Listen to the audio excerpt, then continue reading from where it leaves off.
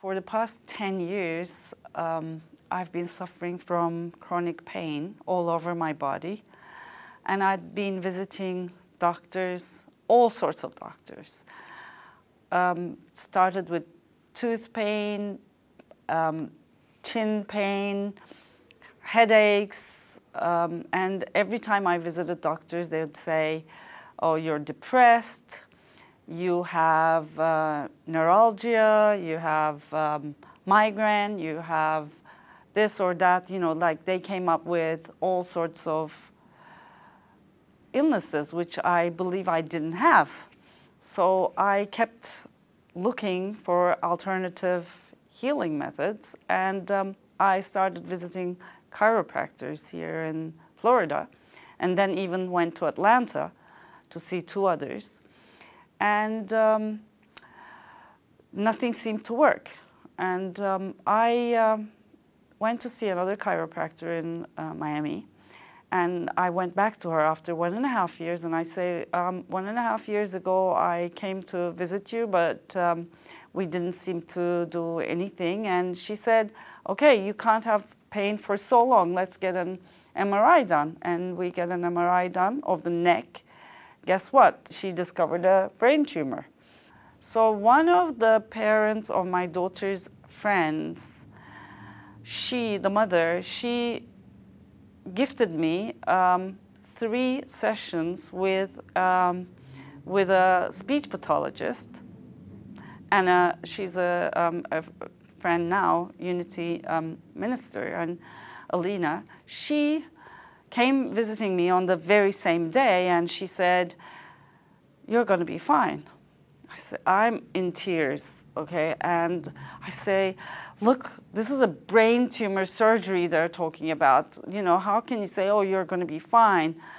And she just had faith, and she said, well, believe me, you're going to get this operation done, and everything's going to be all right. All you have to do is you have to have faith, and you have to do the work. I said, what work? She said, you're not ready yet? Go have the operation. We'll continue where we left off.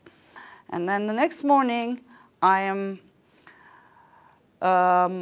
scheduled to see a neurosurgeon. Very nice doctor, neurosurgeon. He says, you should be on a wheelchair by now. How come you're walking? I said, well, nobody believed me, but I had extreme pains. My hands and my feet were numbing and everything. And he said, I can understand. It took years for this to develop. You should have been diagnosed many, many years ago. And he says, operation. And I say, what are the consequences? And he said, well, let's not think about the bad, but you know, you could be paralyzed, you could lose your voice, you could not be able to swallow, you could be on a feeding tube for the rest of your life. And, you know, let's think positive though. Okay, how can you think positive after you hear all this? And I have a 16-year-old at school that day because of the PTSA meeting, she's not home. So he tells me to go home, to pack my stuff, go back to the hospital, and admit myself for an operation the next morning. I go home, said, you know, pack my things, and my daughter, I didn't get to see my daughter. I didn't get to see anyone. I could only inform my sister and my brother. I couldn't even tell my mom. And over the phone, they live in Turkey, and I had to FaceTime my daughter and say, tell her I love you, and I had no time. And I couldn't even prioritize anything in my head, like what I wanted to do in life. I should have done this, I could have done this, you know, I could have lived better, I could have not worried about the past. And then I look at the future, and you know, you can't imagine what you go through in that 12 hours before you go into the operation room. And I went into the operation, I came out, and there was no one there. My sister was on her way, still flying over. And they said, who do you want to call?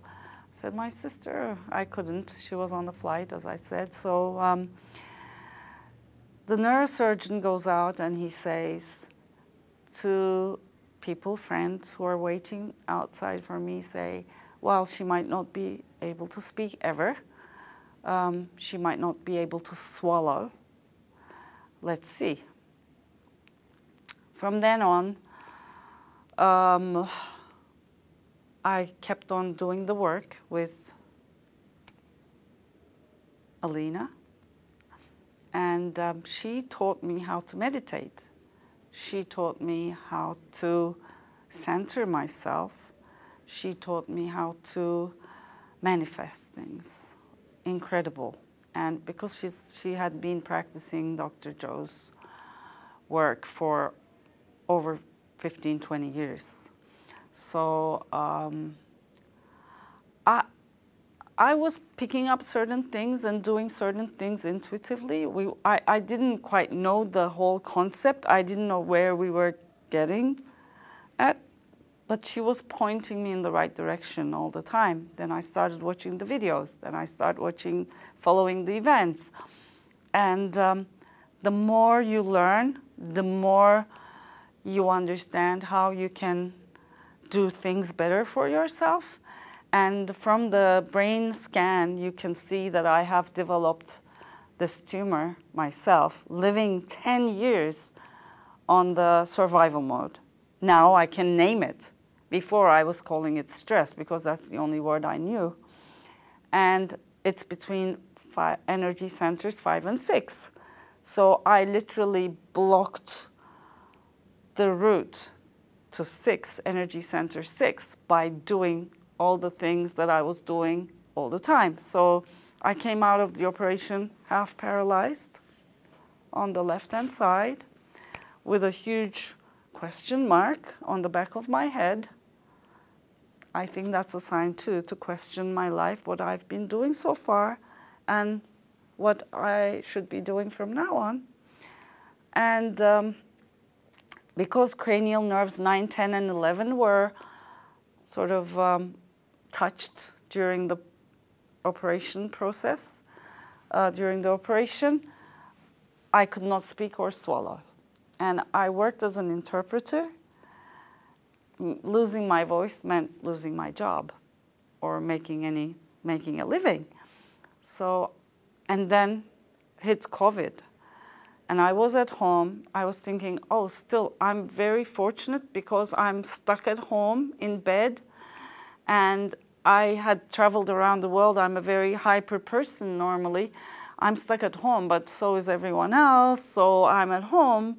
But then thinking, oh my God, I can't do all the things I used to do to, help the community do anything. But with COVID, I got the chance to start interpreting over the phone for people in the hospitals. So people were hospitalized, and I started interpreting for them over the phone, which gave me the chance to help others in the healing process or whatever their condition was. But whatever my condition was, at least I was given the chance. So in a way, I had to rebuild the faith, the hope, the future me. So, and today, only 18 months after the operation, I'm here. When I came in, I'm still partially paralyzed in there with my tongue is deviated. I can swallow, all right though, which is fortunate.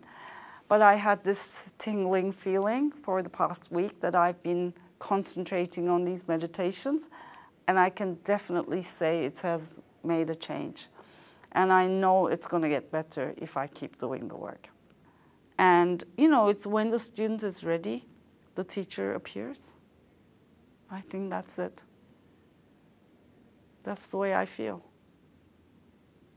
And I was ready, and life prepared me or brought me to that point and hit me bang on the head so that I could, stop and feel and see where I was heading, what I wanted, or what kind of a new me I wanted.